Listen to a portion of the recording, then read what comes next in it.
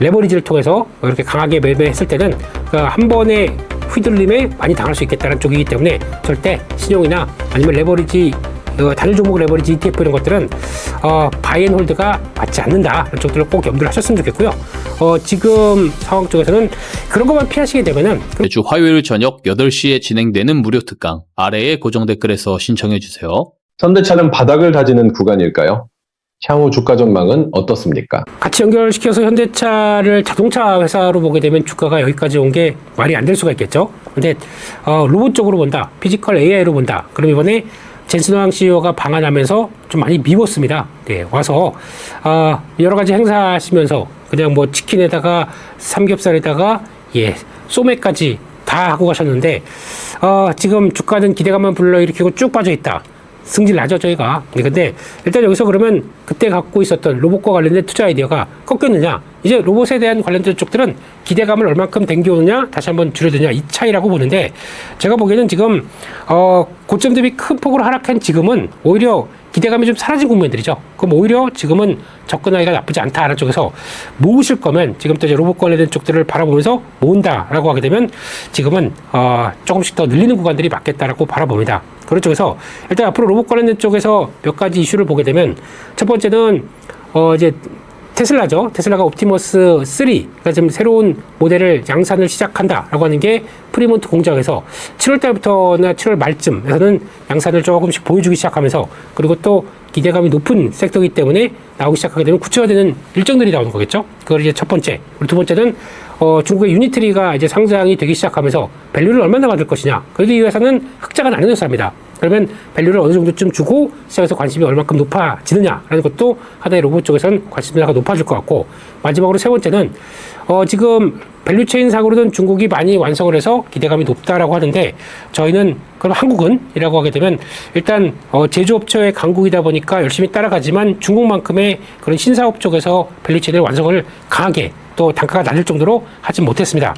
하지만 중국과 배척되어 있는 미국 쪽에서 오히려 여러 가지 법안을 통해서 중국의 어떤 신기술로 만든 로봇이나 아니면 그에 따른 뭐 자율주행 라이다 이런 업체들까지 국방 수권법이죠. 그거가 이제 확장된 부분들이 아마 여러 가지 이제 전쟁 기간이기 때문에 확정이 못 됐다가 하반기에 그것까지 타이트하게 들어온다. 그러면 오히려 국내에서는 지금 어느 정도 완성도를 보이고 있는 미국의 두 가지 로봇 회사라고 하게 되면 지금 아까 말씀드린 테슬라, 현대차의 보스턴 다이내믹스 두 개가 부각을 받을 수가 있겠죠. 그렇게 되면 그런 쪽에서 아마 이런 과정들이 나온다라고 했을 때는 또 하나의 모멘텀으로 작용할 수 있겠다라고 보고 있고 마지막으로 현대차는 8월 달에 인베스터 데이라고 해서 현대차의 앞으로 전략들을 또 매년 또 얘기하는 기관들이 나오는데 그때 또 보스턴 다이내믹스에 대해서 앞으로 이제 IPO라든가 아니면 조금 더 양산을 빨리 땡겨서 지금 대기하고 있는 500개 기업들이 있는데 이쪽에서 샘플도 보내고 조금 더 적극적인 영업을 하겠다.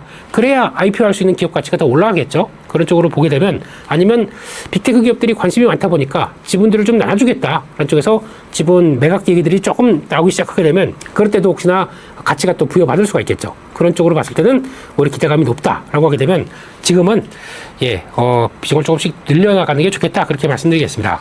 AI 서버렉 기대감으로 급등한 LG전자, 향후 주가 흐름은 어떻습니까? 네, LG전자는 그래도 노력은 많이 한다고 하는데 또 피지컬 AI 쪽으로 엔비디아와 협력해서 여러 가지를 많이 한다고 하는데 막상 보여주는 게 적다 보니까 주가가 그렇게 강하게 가지 못하는 흐름들이고 아직까지는 프리미엄을 받는 가전을 만드는 회사 정도로 보는데 이번 2분기 실적에서 잠정 실적이 생각보다 좋게 나왔습니다. 그래서 왜 그런가 봤더니 지금 관세 환급과 관련된 쪽에서 좀 반영되는 게 있고 그리고 또 지금 오히려 가전 쪽도 구독 모델을 통해서 레벨업이 된 부분들이 있다 보니까 실적은 좋아졌구나. 단 시장이 실적 좋아진 것 같고 반응을 크게 안 합니다. 왜냐면 밸류를 얼만큼 끌어올 수 있느냐라는 쪽들은 이런 뭐 전장 쪽도 그렇고 그래서 성장 부분들이죠. 로봇 쪽에 대한 구체화된 모습들. 그리고 또 이번에 보니까 엔비디아 쪽으로 AI 서버에 들어가는 렉이죠. 이걸 또 공급하겠다라는 쪽으로 같이 이어지다 보니까 AI 시대에 충분히 공급할 수 있는 여러 가지 역할론들은 많이 있습니다. 근데 이게 지금 LG전자의 약한 모습들은 그게 이제 구체화돼서 나오는 것까지가 조금 덜 보이다 보니까 아직 시장에서 강한 변화가 나오지 않겠다고 보는 거죠. 그래서 지금은 한때 어떤 그 젠슨 황 CEO와 함께 엔비디아와 함께 역할론들이 좀 커질 것이라고 해서 주가가 급등했다가 지금 거의 반토막 이상으로 나 있는 이 자리 쪽에서는 일단 지금은 기다려보는 게 나을 것 같고요. 기대감이 다 빠졌기 때문에 다시 한번 돌아설 것이라고 보는데, 하지만 예전만큼의 고점을 다시 돌아오지는 못할 것 같습니다. 그랬을 때는 일단 지금부터 조금 50% 정도나 다시 반등을 해서 좀 빠르게 안정을 받는다고 하게 되면, 그럴 때는 또 기대감이 모인다 그러면 당연히 로봇 쪽들은 줄여야겠죠. 그리고 또 기대감 빠질 때 들어가는 겁니다. 그런 쪽에서 성장주에 대한 배경들을 대응을 한다고 하게 되면, 지금 이제 관심 없을 때, 그리고 처져 있을 때, 이럴 때는 모으는 게 맞고, 거기다 한번 반응이 쭉 올라와서, 야, 다시 로봇 쪽도 봐야지. 그런 때는 비중을 줄이는 게 맞다. 이런 쪽으로 약간 좀 쥐락펴락 하는 전략적으로 보시는 게 더 좋겠다. 그렇게 말씀드리겠습니다. 투자금 5천만 원으로 하반기 포트폴리오는 어떻게 구성해야 할까요? 네, 일단 지금은 또 5천만 원이라고 하게 되면 절반, 2,500만 원은 그래도 여전히 반도체 쪽으로 들어가는 게 맞겠다라고 바라보고 있고, 거기서 좀 더 보강을 시키게 되면 아까 말씀드렸던 반도체 소부장, 또 대응하는 연력들, 좀 트레이딩 영역 쪽으로 스윙 매매한다라고 싶어서 그렇게 들어가는 게 좋을 것 같고요. 지금 시점에서는 또 로봇 같은 경우도 아까 말씀드렸던 부분 쪽에서 횡보하고 있다 보니까 괜찮다고 봐야 될 것 같고요. 거기다 또 추가적으로 전력 설비 같은 경우도 AI 시대의 전력 설비를 이렇게 무시해도 될까라고 하게 되면 여전히 가격 메리트가 높아졌다고 봐야 될 것 같습니다. 그런 쪽이나 아니면 조선 쪽도 AI 데이터 센터의 역할을 하고 있다라고 하게 되면 그것도 지금 많이 소외된 부분들이죠. 그런 것까지 따지게 되면 뭐 지금 요 섹터, 그러니까 나머지 절반 2,500만 원은 반도체, 나머지 2,500만 원은 지금까지 말씀드렸던 섹터를 한 고루고루 한 5종목 500만 원 곱하기 5 해서 속속들여서 갖춰놓게 되면은 아마 시장에 대해서 그렇게 크게 소외되는 모습들이 없지 않을까 싶은데, 예, 요게 아무래도 하반기를 좀 관통하는 투자 아이디어가 될 수 있겠다는 쪽에서 대응을 하도록 하겠습니다. 변동성 큰 시장에서 개인 투자자가 가장 피해야 할 실수는 무엇입니까? 아시는 것처럼 욕심을 버리셔야 됩니다. 지금 시장이 여기서 시작해서 다시 10,000포인트 갈 거야. 그래서 다시 또 시종이 털려나간 지금이 내가 시종을 쓸 기회야. 그렇게 하실 수도 있겠죠. 근데 그거는 그런 것보다 또 한 번에 작은 변동성만 나와도 많이 흔들리게 됩니다. 지금 같은 때는 이번에 교훈이었죠. 어떤 레버리지를 통해서 이렇게 강하게 매매했을 때는 한 번에 휘둘림에 많이 당할 수 있겠다는 쪽이기 때문에 절대 신용이나 아니면 레버리지, 단일 종목 레버리지 ETF 이런 것들은 바이앤홀드가 맞지 않는다. 이런 쪽들을 꼭 염두를 하셨으면 좋겠고요.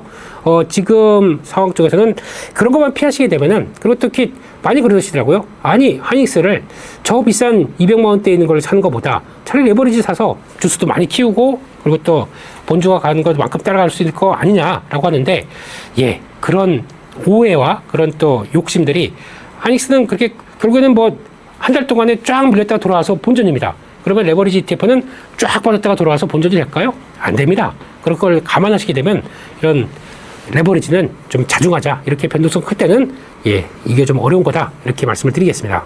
마지막으로 하반기 투자자들에게 전하고 싶은 말씀 부탁드립니다. 네, 두 가지만 말씀드리겠습니다. 첫 번째는 현금입니다. 변동성도 크고 또 시장에서 시장이 좋을 때 보게 되면은 이럴 때 이제 계속 올라가다 보니까 출렁임을 대비해서 현금 좀 10%라도 갖고 계십시오 라고 하게 되면 욕하시더라고요. 장 올라가는데 뭔 그딴 소리를 하고 있냐, 이럴 땐 계속 풀로 밟아야지 라고 하는데, 막상 그러면 올라갔다 출렁임이 나왔을 때 대응을 잘 하시겠느냐, 못하는 거죠. 다 몸빵하는 겁니다. 그렇기 때문에 아무리 좋은 장이라고 하더라도 현금 10%는 특히 주말 앞두고 뭐 금요일 날 이럴 때는 현금 10%는 챙기고 최소 가는 게 좋겠다. 그래서 현금을 장착하고 매매를 하는 관점들 보셨으면 좋겠고요. 또 비중으로 보셨으면 좋겠습니다. 이제 주식을 아무리 좋다고 하더라도 주가 쭉 꾸준히 올라서 좀 부담이 된다 그러면 줄이는 게 맞습니다. 줄여놓고 다음에 출렁이 되면 다시 사야지 라고 해서 비중을 늘렸다 줄였다 하는 게 맞는데, 이거를 보고 그렇게 얘기를 하시더라고요. 비중을 왔다 갔다 하게 되면 무슨 단타라는 거냐.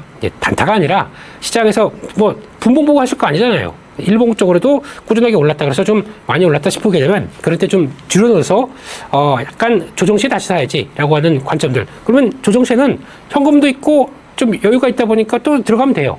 근데 그게 또 반대로 되게 되면 오히려 시장 강할 때 꽉 채워놨다가 이제 빠지기 시작하다 보니까 어쩔 줄 몰라서 이제 밑에다가 대고 손절 이게 말이 되는 건 아니죠. 이번에 많이 교훈을 얻었기 때문에 두 가지 현금과 비중으로 변동성이 큰 K 증시를 잘 컨트롤해 가자, 이렇게 말씀드리겠습니다.